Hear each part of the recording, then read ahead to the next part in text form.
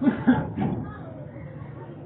لله نحمده ونستعينه ونستغفره ونؤمن به ونتوكل عليه ونعوذ بالله من شرور أنفسنا ومن سيئات أعمالنا من يهده الله فلا مضل له ومن يضلل فلا هادي له ونشهد أن لا إله إلا الله وحده لا شريك له ونشهد أن سيدنا وسندنا وحبيبنا وشفيعنا ومولانا محمدا عبده ورسوله صلى الله تعالى عليه وعلى آله وأصحابه وبارك وسلم.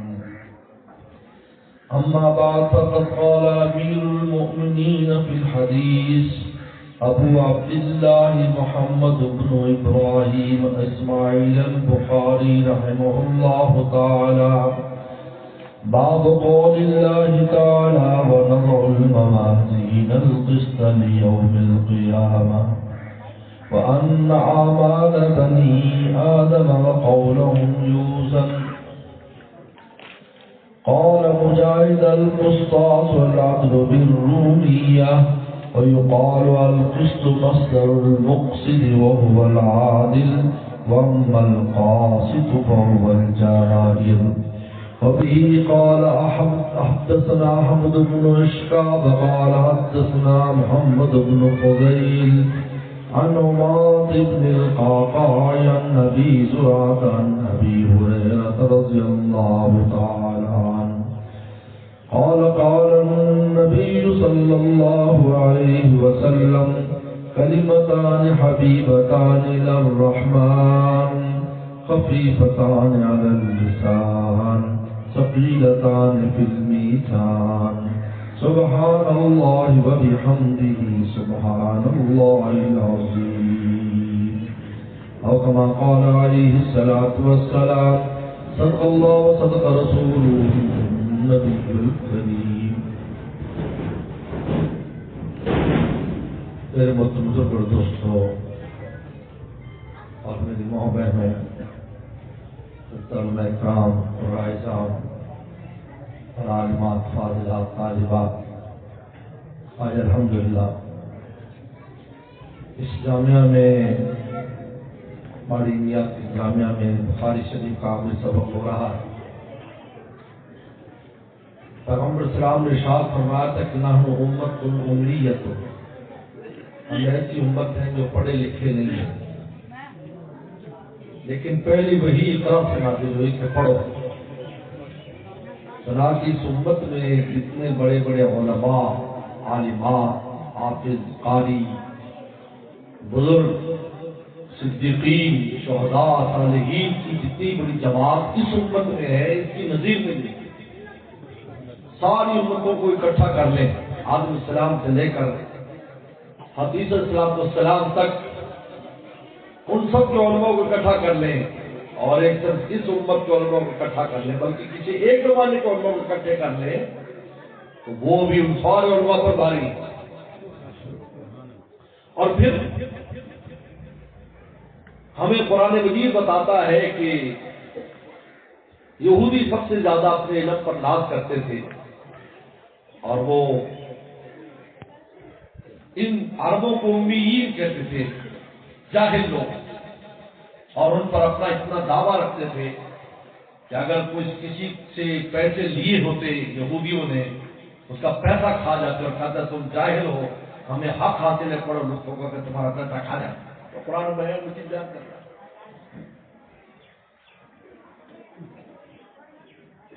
اتنا ان کو ناز تھا، لیکن قرآن مجید نے ان کے علماء کی حالت کو بیان کیا ہے کہ اپنے ہاتھ سے تورات کو لکھ کر اور تورات کے معانی مفاہیم لکھ کر کہتی ہے اللہ کی طرف سے ہے، اور پیسے کی بنیاد پر، لالچ کی بنیاد پر اللہ اور رسول کے احکام کو تبدیل کیا کرتے ہیں. یعنی ان کے علماء بکاؤ مال بنے ہوئے تھے. بدر بن باعور بہت بڑا عالم ہے اور موسیٰ السلام کو امتی ہے، اور موسیٰ السلام موجود ہے، 400 علماء اس کے شاگرد ایک وقت سے ہوتے تھے، علماء طلبا نہیں، تو خود عالم بن کر پھر شاگردی اختیار کرتے تھے، یعنی تخصص کراتا تھا وہ علم میں۔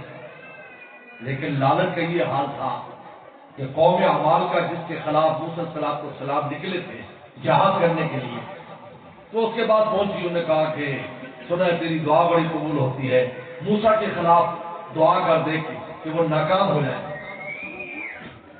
اپنا نبی اپنا پیغمبر ہے، اپنا نبی ہے اور وہ عالم ہے۔ جب عالم ہے تو نبی کے مرتبے کو بھی جانتا ہے۔ ایک تو ایک عام آدمی، ایک ہوتا ہے کہ جو علم بھی رکھتا ہے اور علم کا واسطہ بھی خود پیغمبر کی ذات ہوتی ہے۔ عالم نبی کا نائب ہوتا ہے، تو وہ اپنے اس کو اصل کو کیسے نہیں پہچانے گا؟ پہچانے بھی ہے، میں کیسے بد دعا کر دوں؟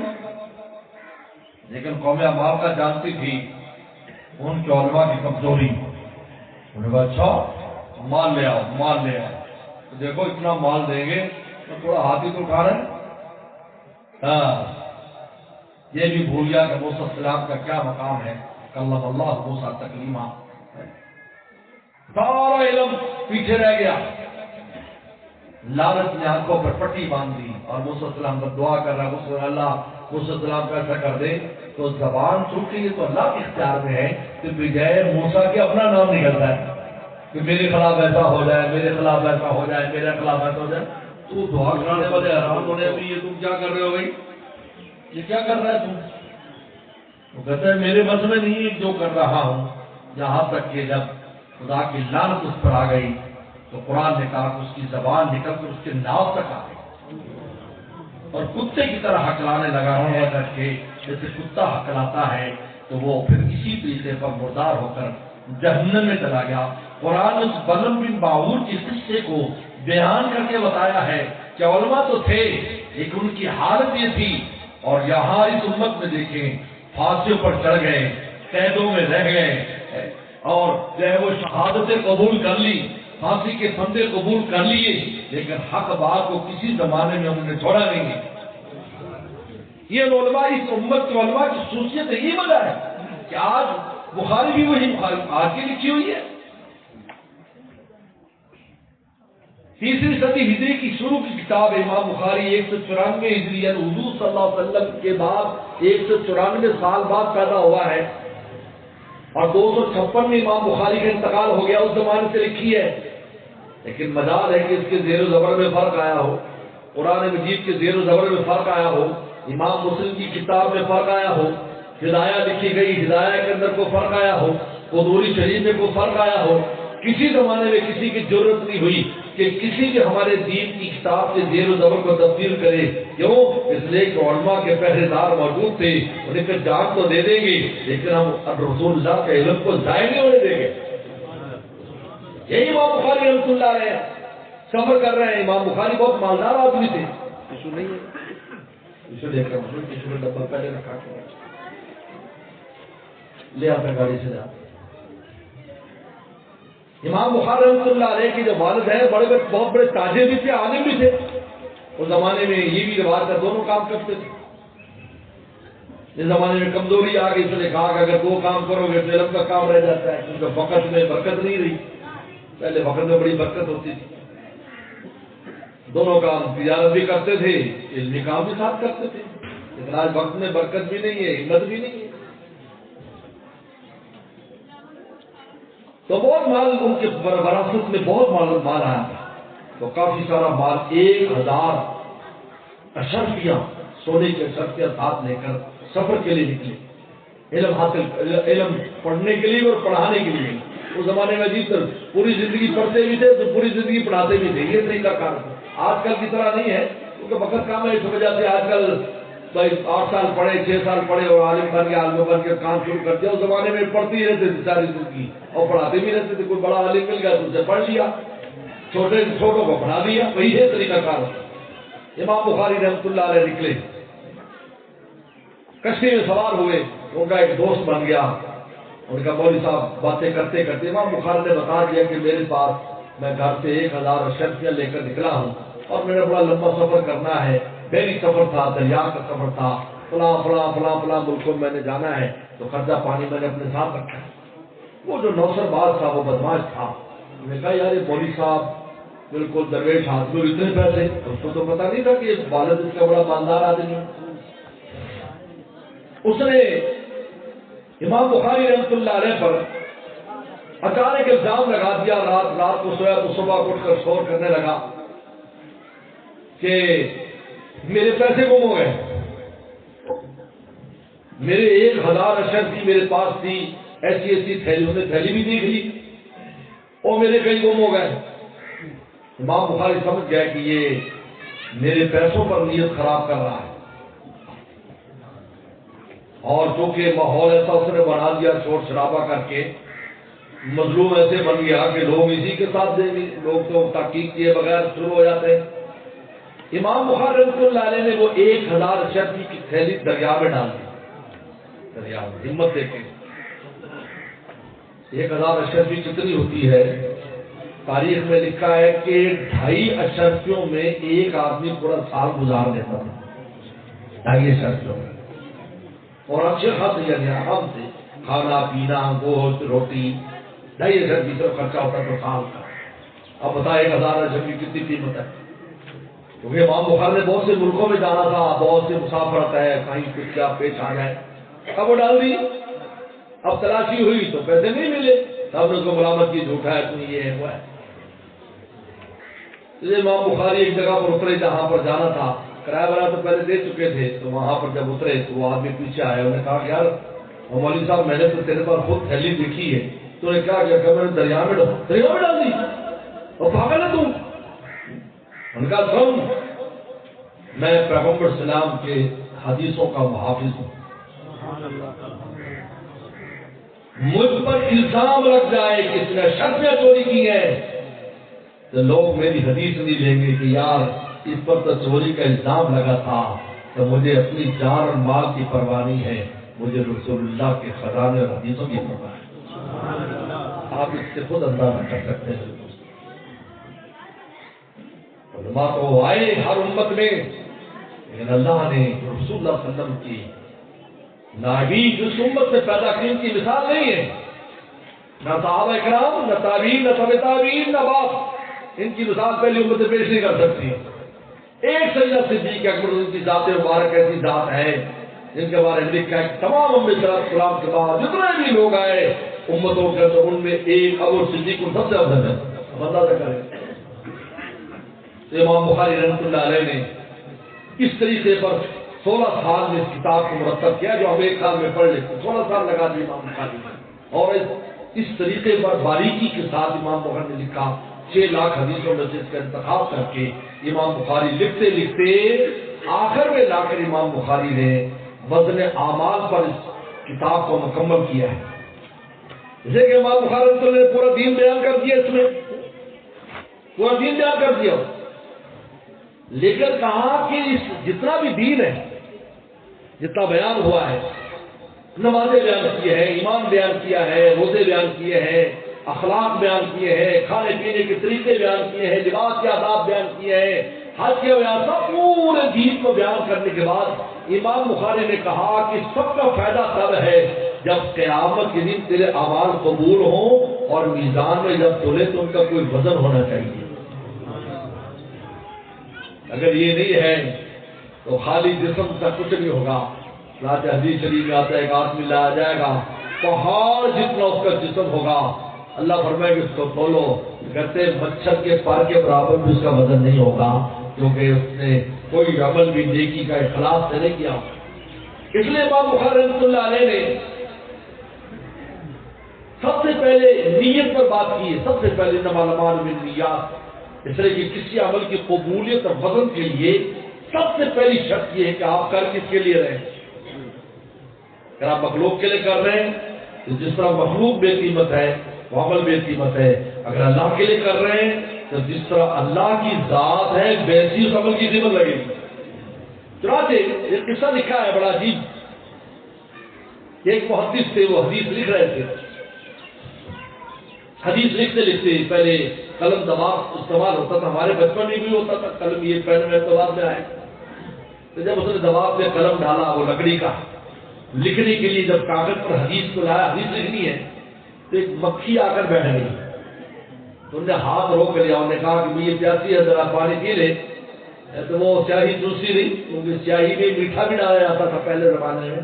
وہ میٹھا چاہیے ہوتا تھا کہ وہ پکی ہو جاتی تھی, مٹتی بھی تھی. تو وہ میٹھا جو ہے وہ پکی کو جس پہنچتی ہے فوراً میٹھے میں پہنچ جاتی. تو وہ اس کو چوستی رہی, جب چوس کر اڑ گئی تو پھر انہوں نے اپنی حدیث مکمل کی. بعد میں ان کی وفات ہو گئی. کسی شاگرد نے خواب میں دیکھا کہ استاد جی آپ کے ساتھ کیا ہوا؟ کہا کہ اللہ کے دربار میں مجھے پیش کیا گیا. اللہ فرمایا کیا لے کے آیا؟ میں نے بتایا اتنی حدیثیں پڑھائی, اتنی کتابیں لکھی, اتنا یہ وہ سارا کچھ کہا. فرمایا کہ نہیں بھائی نہیں سن, جس دن تو نے اس مکھی کے لیے ہاتھ روکا تھا ہم آسمانوں سے تجھے دیکھ رہے تھے کہ وہ عمل تو ہماری ذات کے لیے کر رہا تھا کہ یہ ننھی مخلوق ہے, تو جلدی کر تیری شہرت ہو جائے. تو اس سے تیری کس میں مکھیوں میں شہرت ہوگی؟ نہیں, تیرے دل میں کوئی شہرت اور کوئی ایسی چیز نہیں تھی. تو مجھے راضی کرنے کے لیے تو نے جو ہاتھ روکا تھا ہم نے اسی دن تیری بخشش کا فیصلہ کر لیا. اب عمل دیکھیں کیسا ہے اور قیمت دیکھیں کتنی. اس لیے امام بخاری رحمۃ اللہ علیہ نے انما الاعمال بالنیات سے شروع کیا ہے کہ اگر اپنے اعمال کا وزن چاہتے ہو تو سب سے پہلا کام تمہیں یہ کرنا ہوگا اپنی نیت کا کٹوروں میں کیوں کیا, میں یہاں کیوں آیا بخاری پڑھانے, آپ نے کیوں جلسہ کیا. سب سے پہلے آپ اپنی نیت دیکھیں. الحمدللہ ہمارے یہاں بھی جلسہ آپ بھی شریک ہوئے تھے. ابھی 12 کو 1 مہینہ پہلے سے میں سارا نیت کی تجدید کرتا رہتا ہوں. اللہ میاں تیری رضا کے لیے, اور کوئی غرض نہیں ہے, تیری رضا کے لیے, کوئی غرض نہیں, صرف تیری رضا کے لیے. 1 مہینہ پہلے سے میں نیت کرتا ہوں. ایسا نہ ہو کہ اتنا بڑا کام جس پر لاکھوں روپے خرچ ہو گئے اور آنے والے دوستوں نے بھی تکلیف اٹھائی اور ہمیں آخرت میں کچھ بھی نہ ملے, تو بھائی اس سے بڑھ کر ناکامی کیا ہے. تو سب سے پہلے یہ بات ہے انما الاعمال بالنیات. نمبر 2 باب الوحی لائے کہ دیکھو اپنی عقل سے کوئی کام نہ کرنا, رسول اللہ کے بتائے طریقے پر کرنا.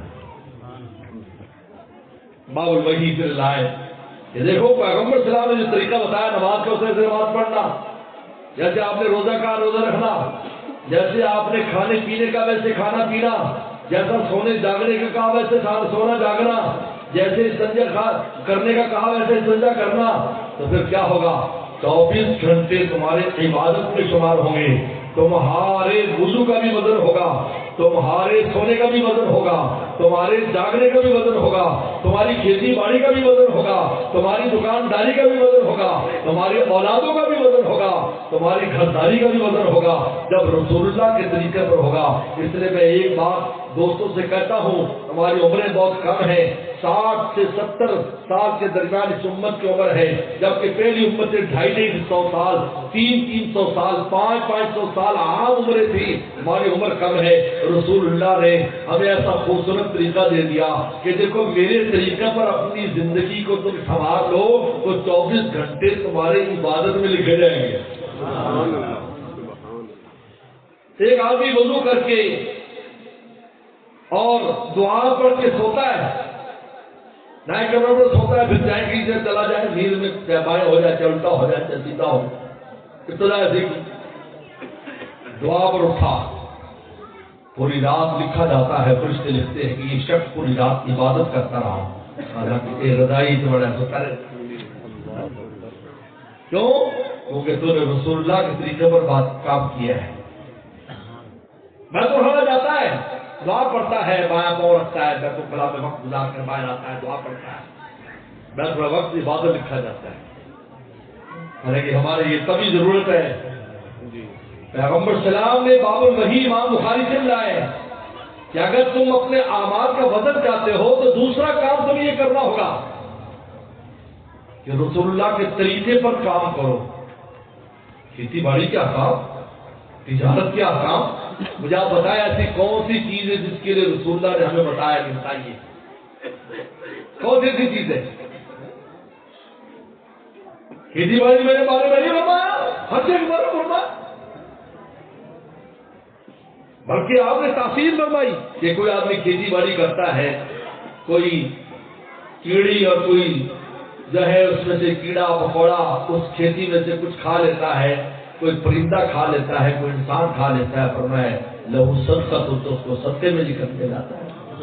آپ کی کھیتی کھلی پڑی ہے، کوئی جانور ڈر گیا، رات کو کوئی جانور آ گیا، دن کو کوئی پرندے آ گئے، وہ کیڑے مکوڑے آ گئے، انہوں نے اپنی خوراک اس میں سے بنا لی ہے، آپ کے لیے صدقہ لکھا، آپ یہاں بیٹھے ہیں اور کھیتی میں سے صدقہ جا رہا ہے اور آپ کو پتہ بھی نہیں، اور بعد میں اچھل دیں گے تو اور کام آگے نکل جائے گا۔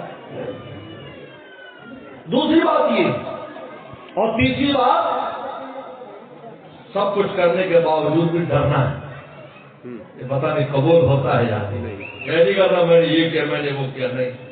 اس لیے کہتے کرتا جا ڈرتا جا، یہی پتہ نا، کرتا جا اور دریا میں پھینکتا جا، نہیں، کرتا جا ڈرتا جا، کر بھی اور ڈر بھی، یہ پتہ نہیں قبول ہو گیا یا نہیں، کیونکہ اگر عمل قبول ہوگا، یہی میزان جو میزان ترازو ہے، یہ پتہ فرشتوں نے بھی ابھی تک نہیں دیکھا، چھپایا ہوا ہے، اس دن نکلے گا جب میدان محشر لگے گا تو ترازو نکلے گا، ایک ایک پلڑا ایسا ہوگا کہ جس میں 7 آسمان 7 زمینیں جس پلڑے میں آ جائیں گی، اور وہ جب آئے گا اور فرشتے دیکھیں گے تو پوچھیں گے منتظر بھی کہ یا اللہ، یا الہی آپ اس سے یار کس کو تولیں گے؟ اور میں منشیت من خلقی، میں اپنے مخلوق میں جس کو چاہوں گا بلاؤں گا، اس کے وزن کو تولوں گا۔ کہتے فرشتے سجدے بھی گر پڑیں گے، کہیں گے ماں بدناک حق عبادت کا، اللہ ہم تیری عبادت کا حق ادا نہیں کر سکے، ہمیں معاف رکھنا۔ اندازہ کیجیے کتنا بڑا میدان ہے، داؤد السلام نے بھی دیکھا، لیکن اللہ فرماتے ہیں، بخاری شریف میں آتا ہے، تم میں ایک آدمی کھجور میرے رستے میں دیتا ہے، کھجور، چھوٹی سی کھجور دیتا ہے، میں اس کو اپنے ہاتھ میں لے لیتا ہوں اور اس کو ایسے پالتا ہوں جس طرح تم گھوڑے کے بچے کے پالتے ہو، کیونکہ سب سے مشکل گھوڑے کا بچہ پالنا ہے، اور جب وہ پہاڑ جتنی بڑی ہو جاتی ہے تو اس انسان کے نام عمل میں اس کو شامل کر دیتا ہوں، اور دوسری روایت میں آتا ہے کہ ایک کھجور سے میں پورے میزان کا پلڑا بھر دوں گا۔ جو عمل کی قبولیت ہے، عمل چھوٹا سا تھا لیکن قبول ہو گیا، اس کھجور کو اتنا بڑا کر دیا، فرمایا الحمدللہ سے پورا میدان بھر دوں گا، لا الہ الا اللہ سے پورا میدان بھر دوں گا، یہ جو کلمہ آ رہا ہے سبحان اللہ وبحمدہ سبحان اللہ العظیم سے پورا میدان بھر دوں گا۔ کیوں؟ جب میں قبول کر لوں گا تو پھر یہ نہیں دیکھوں گا تو نے تھوڑا کیا یا زیادہ کیا ہے، میں اس پر نظر نہیں رکھوں تو نے تھوڑا کیا یا زیادہ کیا ہے، بلکہ جب میں نے قبول کر لیا تو میں اپنی رضا ساتھ شامل کر دوں گا۔ چنانچہ حدیث شریف میں آتا ہے ایک آدمی کے 99 دفتر گناہوں کے ہوں گے اور ایک کلمہ اس نے اخلاص سے پڑھا ہوگا، اور اللہ اس کلمے پرچی کو چلوائے گی، ترمذی میں آتا ہے اس کا اتنا وزن ہو جائے گا کہ گناہوں کا پڑھنا اوپر ہو جائے گا، پرچی کا وزن نیچے ہو جائے گا۔ اللہ اتنی سی پرچی میں کیا لکھا ہے؟ کہ میرا نام لکھا ہے، اور میرے نام کے برابر کسی کا وزن ہو سکتا ہے؟ اللہ، یہ ہے وہ عمل جو اللہ کے لیے کیا جاتا ہے۔ اس لیے رسول اللہ کے طریقے پر ہو، اخلاص ہو، اور پھر اس کے ساتھ قبولیت ہو، اور قبولیت کی شرط کیا ہے؟ انما یتقبل اللہ من المتقین، اللہ متقین سے قبول کرتے ہیں۔ گناہ سے بچنے کی کوشش کرتا رہے، پھر سمجھو اس کے اعمال قبول ہیں، کیونکہ گناہ کرنا دراصل ایسے ہے جیسے گندم کو چوہا پڑ جائے یا گندم کو سسری لگ جائے اور گندم کو کیڑا لگ جائے، یا تم نے بڑولی میں رکھی ہے اور بڑا اچھا تالا چھالا لگایا ہے لیکن گولیاں ڈالنا بھول گئے یا کم گولیاں ڈالی یا چوہے نے اپنا اس میں رستہ بنا دیا۔ ہم نے پرانے زمانے میں دیکھا ہے، ہمارے گھر میں بوریاں رکھی ہوتی تھی، بعد میں ہماری والدہ کھولتی تو چوہے کے بچے اور میگڑیاں پوری کی پوری بوری تباہ و برباد ہو جاتی تھی۔ اس لیے مولانا رومی نے کہا اے دوست اول سب شر مشکن، اے دوست سب سے پہلے چوہے کے شر سے بچنے کی کوشش کر، بعد ازا انبار گندم گوش کن، اس کے بعد گندم جمع کرنا۔ اور وہ چوہا ہمارا نفس ہے کہ یہ نفس ہماری نیکیوں کو برباد کرتا ہے۔ یہ فرمایا انما یتقبل اللہ من المتقین، جب تم تقوی اختیار کرو گے، گناہ سے بچنے کی پوری کوشش کرو گے، تو پھر تمہارا چھوٹا عمل ہو یا بڑا عمل اللہ کے دربار میں قبول ہو جائے گا اور قیامت اس کا وزن نکلے گا۔ اس لیے امام بخاری نے آخر میں وزن اعمال پر لے کر آئے ہیں اور قرآن مجید کی آیت سے وزن اعمال کو ثابت کیا ہے کیونکہ بہت سے عقل استعمال کرتے ہیں اللہ کو وزن کی کیا ضرورت ہے، اللہ کو پتہ نہیں ہے، اللہ کو تو پتہ ہے لیکن بندوں کو بھی تو پتہ ہے۔ دنیا میں کسی جج کو اپنے علم پر فیصلے کی اجازت نہیں ہے، اس کو چاہیے گواہ طلب کریں، کیا وہ خود اسے دیکھا ہوا کہ اس کے سامنے ہوا، نہیں گواہ طلب کرو، گواہیاں آئیں گی تاکہ جو مجرم ہے اس کو پتہ چلے سب کے سامنے اللہ رسول خلائق کہ میں نے جرم کیا ہے، ورنہ اللہ اپنے علم پر تو فیصلہ کر سکتے تھے لیکن فرشتوں کی جماعتیں رکھی ہیں، صحیح میں لکھے جا رہے ہیں، زمین میں نکال ہو رہا ہے، کیوں کرا رہے ہیں؟ تاکہ بندے یہ نہ کہ اللہ میاں بس آپ اپنی مرضی سے فیصلے کر دیے، ان کو جنت بھیج دیا، میں دوزخ میں ڈال دیا، نہیں، وہاں اظہار عدل کے لیے اور اتمام حجت کے لیے اللہ تعالیٰ میزان لگائیں گے۔ تم اپنی آنکھوں سے دیکھ لو، یہ نیکیاں کی تھی، یہ بدماشیاں کی تھی، اب بدل تم خود دیکھ لو، ہم نے تم کو تاکہ کوئی یہ نہ کہے کہ اللہ تعالیٰ نے ناانصافی کی ہے، اس لیے اللہ کا اتمام حجت کے لیے زیادہ یا عقل کا دخل نہیں ہے یا نقل کا دخل ہے۔ رسول اللہ نے فرمایا، قرآن نے کہا وَنَضَعُ الْمَوَازِينَ الْقِسْطَ لِيَوْمِ الْقِيَامَةِ، ہم قیامت کے دن انصاف کے تول رکھیں گے۔ اس پر بھی حدیث نے کہا امام بخاری رحمۃ اللہ علیہ کہ قیامت کے دن میزان رکھا جائے گا، موازین جمع لائے ہیں لیکن عظمت کے لیے لائے ہیں، مراد ایک ہی میزان ہے۔ آدم السلام کو لایا جائے گا وہاں، جبریل السلام کو، ملک الموت، یہ تین شخصیات کھڑی ہوں گی دیکھنے کے لیے، تلوانے کے لیے، لاؤ بھائی رکھو، ادھر نیکیاں رکھو، ادھر گناہ کے رکھو، دائیں پڑھنے میں نیکی اور بائیں پڑھنے میں گناہ رکھے جائیں، رتی بھی تل جائے گی، رتی بھی۔ ہمارے ہاں تو قریب میں ٹرک تولنے والے جو ہے نا وہ وزن موجود ہے، یہ موجود ہے صاحب جہاں سے مڑے، لیکن اس پر 1-2 کلو نہیں تلتا، رتی تولا نہیں تلتا، سنار کے کانٹے پر ٹرک نہیں تلتا، لیکن اللہ کا میزان ایسا ہے، رتی بھی تلے گی، تولا بھی تلے گا اور پہاڑ بھی تلے گا، یعنی ایسا میزان ہے کہ چھوٹے سے چھوٹا وزن بھی تلے گا، بڑے سے بڑا وزن۔ جب عائشہ فرماتی ہیں لا تحقرن بالمعروف شیئا، کسی نیکی کو معمولی نہ سمجھو، ہو سکتا ہے کہ وہی نیکی تیرے وزن بڑھانے میں کام آ جائے کہ چھوٹی سی نیکی ہے۔ تو فرماتے ہیں کہ قیامت کے دن اعمال کا وزن ہوگا اور اعمال بھی تولے جائیں گے، اقوال بھی تولے جائیں گے، باتیں بھی تولے گی۔ یہ جو تم زبان سے پڑھتے ہو، ذکر اذکار کرتے ہو، عجیب بات ہے، اللہ کی ذات عجیب ہے، میں تو حیران ہوتا ہوں، بڑا غور کرتا ہوں کہ دیکھو دنیا میں زبانی کرامی کرنے سے کچھ، تم لڈو لڈو لڈو لڈو کرو تو منہ میٹھا ہو جائے گا، برفی برفی کرو منہ میٹھا ہو جائے گا، گندم گندم کرو کھیتی میں اگے گی، لیکن اللہ کی ذات عجیب ہے، تم زبان سے اللہ اللہ کرو، دروشی پڑھو، قرآن پڑھو، زبانی اس پر بھی اجر و ثواب دے رہے، ایک ہر پر 10 لے کے دے رہے، اپنی ذات کی رضا دے رہے۔ اللہ فرماتے ہم تمہاری زبانی عبادت پر بھی دیں گے، بدنی عبادت نہیں دیں گے، مالی عبادت نہیں دیں گے، یعنی جس قسم کی تم عبادت ہمارے دربار میں لاؤ گے ہم ویسے تمہیں دیں گے۔ فرماتے اقوال بھی تولیں گے، اس لیے تسبیح کا سلسلہ ہے، یہ تسبیح پڑھو گے تولے گی وہاں پر، اور بڑا وزن ہو گیا تسبیح کا، لہٰذا یہ زبان اللہ نے دے دی ہے، وہ اس سے خیر کے قابل ہو، شر کے قابل نہ ہو۔ میں اپنے ماؤں سے کہتا ہوں، ماؤں بہنوں سے، بیٹیوں سے، سب سے زیادہ زبان کا غلط استعمال خواتین کرتی ہیں، ہر وقت شکری، ہر وقت گالی گلوچ، ہر وقت بد دعائیں، ہر وقت الٹی باتیں، یہ بہت خطرناک۔ اس نے فرمایا میں نے اکثریت کو دیکھا جہنم میں دیکھا ہے، عورتوں کے اکثریت کو میں نے جہنم میں دیکھا ہے۔ آپ نے فرمایا دیکھا جہنم میں، صحابہ نے کہا کیوں؟ اس لیے کہ وہ کافر زیادہ نہیں، مسلمان بھی ہوگی، نہ شکریہ کرے گی، زبان کا غلط استعمال کرے گی، زبان کے غلط استعمال سے اسے جہنم میں جائیں گے۔ آوازیوں میں بھی یہی حال ہے، ہر وقت ہمارا یہی کام ہے، حکومت نے کر دیا، فلاں نے جو کر دیا، فلاں نے جو کر دیا۔ اور میاں تیرا اللہ کے ساتھ معاملہ کیا ہے؟ تیری رزق روٹی کا معاملہ تیرے ساتھ اکیلے ہے، دوسروں کے شامل نہیں ہے۔ محلے والے تجھے روٹی کھلائیں گے نہیں، ہمام انصاف فی الارض الا اللہ رزقها، جو چلنے پھرنے والا ہمارے ذمہ رزق ہے، پھر تیری رزق میں کیوں تنگی ہے؟ معلوم کہ تیرا اوپر معاملہ خراب ہوا ہوا ہے، جہاں سے روٹی آنی ہے وہ معاملہ صحیح کر لے، روٹی چل پڑے گی تیری۔ اس میں حکومت کا کیا دخل ہے؟ حکومت سے ہر زمانے میں روٹی سیدھی رہی ہے، اور سا زمانہ ہے جس میں اعلیٰ حکومت سے الٹی طرح رہی ہے۔ کوئی زمانہ آیا بیچ میں اچھی حکومت آئی، آپ اٹھا کے دیکھ لو تاریخ، نہیں تیرا اللہ کے ساتھ معاملہ ہے، اللہ تعالیٰ کے ساتھ تیرا معاملہ ہے۔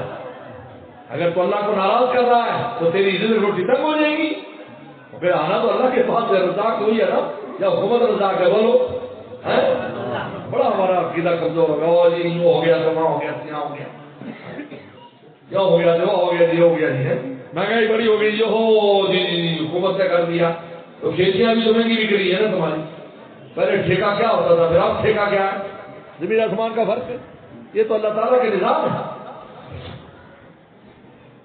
صرف فرمایا کہ تمہارے اقوال بھی تولے جائیں گے، اقوال۔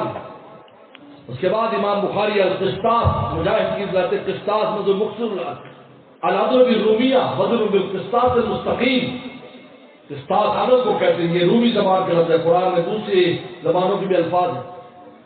قسمت مقصود والعادل القاصد والجائر، اور یہ تاسطا سے اگر پڑھیں گے تو معنی ظلم ہے، اور مقصد اقصد یقصد معنی عدل کرنا، یہ لفظ ایک ہے لیکن اس کے معنی الگ الگ ہیں، ان الفاظ کی زیر و زبر بدلنے سے، باب بدلنے سے معنی بدلتے، اس لیے کہ اللہ تعالیٰ کی زبان ہے۔ حضرت شیخ زکریا فرماتے ہیں یہ عربی زبان پر سوائے پیغمبر کے کسی کو اس کے اوپر پوری دسترس نہیں حاصل ہو سکتی، کیونکہ مولا کی زبان ہے، نبی کو پوری دسترس حاصل ہے۔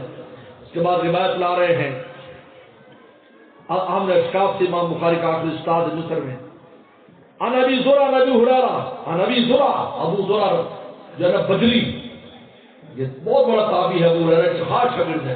ایک ابو زرع راضی ہے، یہ امام بخاری کا استاد ہے، ایک ابو زرع بدری ہے، یہ ابو ہریرہ کے شاگرد ہے۔ ان کا واقعہ ہمارے استاد نے سرایا تھا مفتی وحید حسن چونکی رحمہ اللہ نے، کہ حدیث پڑھتے پڑھاتے تھے، اور ہوتا ہے کہ زندگی میں انسان جو کام کرتا ہے موت بھی ویسے ہوتی ہے۔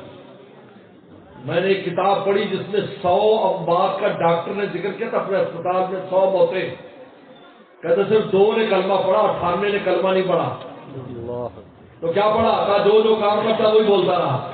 ایک جج صاحب تھا، وہ آرڈر آرڈر آرڈر آرڈر کرتے بن گیا، اور ایک جناب وہ یہ تھا بسوں والا، تو وہ لاہور لاہور لاہور لاہور لاہور صحیح بات صحیح بات صحیح بات ارمالا ارمالا وہ کرتے کرتے مر گیا۔ یہ 98 موتیں ایسی تھی جو وہی نہ موت زندگی میں بھی گزاری ہے، لیکن کہتے انسان زندگی میں نیکی غالب رکھے، ورنہ موت کے وقت نیکی یاد نہیں آنی کہ میں کلمہ کو زبردستی پڑھ لے گا، ایسا کچھ نہیں ہے۔ اگر ہوگا تو خود ہی اللہ زبان پر کلمہ جاری کر دیں گے، یاد رکھو۔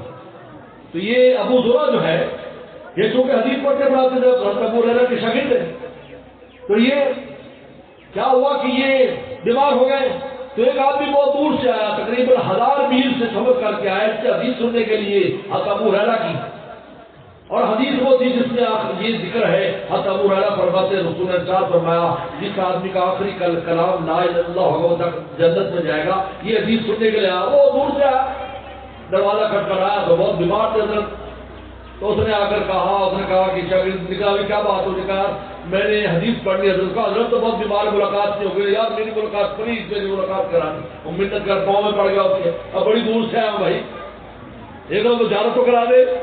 حضرت نے سن لیا، حضرت بہت بیمار تھے، بلکہ روایات میں آتا ہے کہ ان کی ٹانگوں سے جان نکلنا بھی شروع ہو گئی ہو، لیکن یہ کیونکہ بڑے مضبوط قلب کے لوگ ہوتے ہیں، فرشتوں کو دیکھ کر گھبراتے نہیں ہیں، تو وہ انہوں نے ایسے اشارہ کیا کہ اس کو بلاؤ، آواز آ رہی تھی اندر، تو دوڑتا ہوا آیا اور حضرت کو سلام کیا کیا بات، ان کا میں وہ فلانی حدیث سننی ہے، ان کے پہلے اپنے استادوں کا نام لے جو مجھ تک پہنچائے، ان کا بلا بلا بلا بلا سے میں یہ انہوں نے ٹھہرا میں بتاتا ہوں کیا تھا۔ ابو ہریرہ سے بڑی نحیف آواز میں کمزور، میں نے ابو ہریرہ سے سنا، فرمایا من کان آخر کلام لا الہ الا اللہ، بس اتنا کہا تو وفات ہو گئی، لا الہ کہتے وفات۔ اس لیے انہی کی روایت کتاب الجنائز میں آدھی روایت ہے، ہمارے استاد نے وہاں میں بتایا تھا کہ یہ آدھی روایت اس لیے کہ انہوں نے یہ روایت اتنی ہی روایت کی تھی اور وفات ہو گئی کہ لا الہ زبان سے کہا اور جنت میں چلا گیا، نہیں بھائی میں جنت میں جا رہا ہوں، کلمہ یہاں پڑھ رہا ہوں اور داخل جنت میں چلے گئے۔ یہ بہت یہ حضرت ابو زرع کیونکہ یہ بھی زبان سے متعلق ہے، تو دیکھو ابو زرع کا عجیب واقعہ ہے کہ ان وہ حدیث سناتے سناتے جب کلمے والی حدیث آدھی پورا کلمہ پڑھ لیا اور وفات ہو گئی، یعنی جس کام میں زندگی بسر کی اسی میں ان کی حدیث پڑھاتے پڑھاتے وفات ہوئی۔ حضرت ابو ہریرہ رضی اللہ عنہ ارشاد فرماتے ہیں وسلم کے خاص صحابی، سب زیادہ حدیثیں بیان کریں، قال صلی اللہ علیہ وسلم کلمتان حبیبتان الرحمن، دو کلمے ایسے ہیں جو رحمان کو بہت پیارے لگتے ہیں، اللہ کو بہت پیارے، رحمان کو، کیونکہ رحمان وہ ذات ہے جو تھوڑے عمل پر زیادہ اثر دیتی ہے، اس کو رحمان کہتے ہیں۔ جب تھوڑا الرحمن علم القرآن، یہ رحمان ہے جو قرآن سکھاتا ہے، ورنہ قرآن مجید جیسی وہی سینے میں جمع ہو جائے یہ آسان کام نہیں ہے، لیکن ہماری شان رحمت ہے، ہم کمزور بندوں کے سینے میں 30 سے 12 جمع کر دیتے ہیں۔ حبیبتان اللسان، زبان پر بہت حبیب ہے، ہر بندہ پڑھ سکتا ہے، یہ نہیں کہ میں پڑھا لکھا نہیں ہوں تو میرے لیے مشکل ہے، نہیں، اتنا آسان ہر بندہ پڑھ لے گا، لیکن ثقیلتان فی المیزان، میزان میں بڑے بھاری ہیں۔ حدیث میں آتا ہے اکیلا یہ کلمہ قبول ہو جائے تو پورا میزان کو بھر کر ساری نیکی کے نیچے لے آئے گا اور سارے گناہوں پر چلے جائے گا۔ کتنا بدل کلمہ، اور وہ کلمہ یہ میرے ساتھ پڑھو، سبحان اللہ و بحمدہ سبحان اللہ العظیم، سبحان اللہ و بحمدہ سبحان اللہ العظیم، سبحان اللہ و بحمدہ سبحان اللہ العظیم۔ اس کا اتنا وزن کیوں ہے؟ دیکھنے میں تو چھوٹا سا کلمہ ہے، لیکن سمندر بند ہے اس میں۔ سبحان اللہ کا مطلب ہے اللہ کو تمام عیبوں سے پاک قرار دینا، اللہ تیری ذات میں کوئی عیب نہیں، میں اقرار کرتا ہوں۔ وَبِحَمْدِهِ، اللہ سارے کمالات تیرے لیے ہے، میں اقرار کرتا ہوں۔ دیکھنے میں چھوٹا سا کلمہ ہے، لیکن اللہ کی پوری ذات اور صفات کو اس میں بیان کر دیتا ہے۔ اللہ میں تیری ذات کو اور تیری صفات کو مانتا ہوں، اور تیرے اندر کوئی کسی قسم کا عیب نہیں ہے، ہر عیب سے میں تجھے پاک قرار دیتا ہوں۔ تو دیکھنے میں تو چھوٹا سا کلمہ ہے، لیکن اس کلمے کے معنی اور مفہوم اتنا وسیع ہے کہ جب قیامت دن جو ہے میزان میں کھلے گا اس کا نور، پورے میزان کو یہ بھر دے گا، اور اس کا نہایت وہاں پر وزن ہوگا جس سے نیکیوں کا پڑھنا نیچے جھک جائے۔ سبحان اللہ و بحمدہ سبحان اللہ، وسبح سبحان اللہ، اللہ تمام عیوب سے میں آپ کو پاک قرار دیتا ہوں، و بحمدہ، اور تمام کمالات کا آپ کے لیے قرار کرتا ہوں۔ دنیا میں کسی پاس کوئی کمال نہیں، آپ کا بڑا خوبصورت ہے، یہ بنانے والے کا کمال ہے۔ کہ جی بڑا تعلیم یافتہ ہے، بنانے والے کا کمال ہے، بڑا عالم ہے، بنانے والے کا کمال ہے، اس میں انسان کا کوئی دخل نہیں، یہ سب وہ دیتا ہے، یا تعارف کی سارے کمالات اللہ کے ہیں۔ آپ پھر وہی جائے گا، آپ کہیں گے یہ عمارت خوبصورت معمار کا کمال کراتا ہے، اس لیے کہتے ایک آدمی چھوٹے قد کا تھا، وہ جا رہا تھا تو کسی نے اس پر بھکتی کری، جیسے کہہ دیتے ہیں ٹھیک گناہ یا یوں کر کے، تو اس نے وہ بڑا سمجھدار تھا، سن عمارت پر اعتراض ہے یا بنانے والے معمار پہ اعتراض ہے، کس پہ بات کر رہے تھے؟ پاؤں کے لیے زمین نکلی بھائی، عمارت کا کیا قصور ہے بھائی؟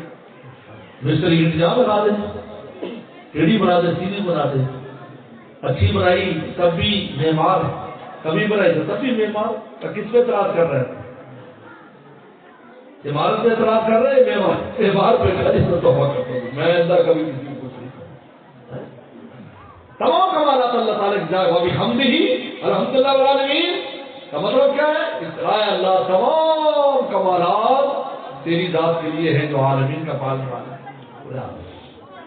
سبحان اللہ العظیم، اللہ میں اقرار کرتا ہوں اس اللہ کی ہر عیب سے پاک ہونے کا جو بڑی عظمتوں والے ہیں، جو بڑی سبحان اللہ 2 دفعہ کہا، یہ کہتے انسان کو سبحان اللہ کثرت سے پڑھنا چاہیے، اس سے انسان کے اندر کی کمیاں بھی دور ہوتی ہیں، وہ تو پاک ہی پاک ہے، لیکن اس کا نام لینے سے بندہ خود پاک ہو جاتا ہے، پاک ہی پاک ہے۔ سبحان اللہ، درود شریف پڑھنے سے کیا حضور صلی اللہ علیہ وسلم کے اوپر انوارات ہماری وجہ سے نہیں ہو تو اللہ اور اس کے رسول کا معاملہ ہے، لیکن ہمیں 10 نیکیاں مل جاتی ہیں، 10 گناہ معاف ہو جاتے ہیں، 10 مرتبے ہو جاتے ہیں، اور اللہ رسول کی محبت ہمیں مل جاتی ہے درود شریف پڑھنے سے۔ اب بتاؤ ان کا تو جب اللہ تعالیٰ ان پر بھیج رہے رحمتیں تو ہم بندے کمزور اس میں کیا دخل کریں گے؟ لیکن ہمیں نمازنے کے لیے کہا صلو علیہ وسلم تسلیما، تم بھی درود بھیج کر اس کام میں شامل ہو جاؤ تاکہ تمہیں کچھ مل جائے۔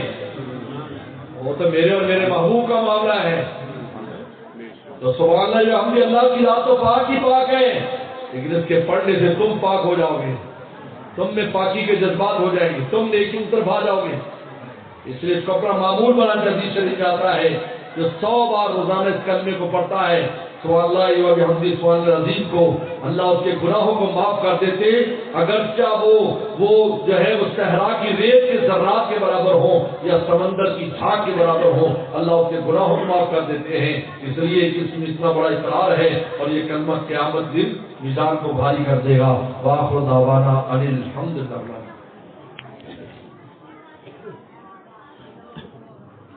ریگزین کے موضوع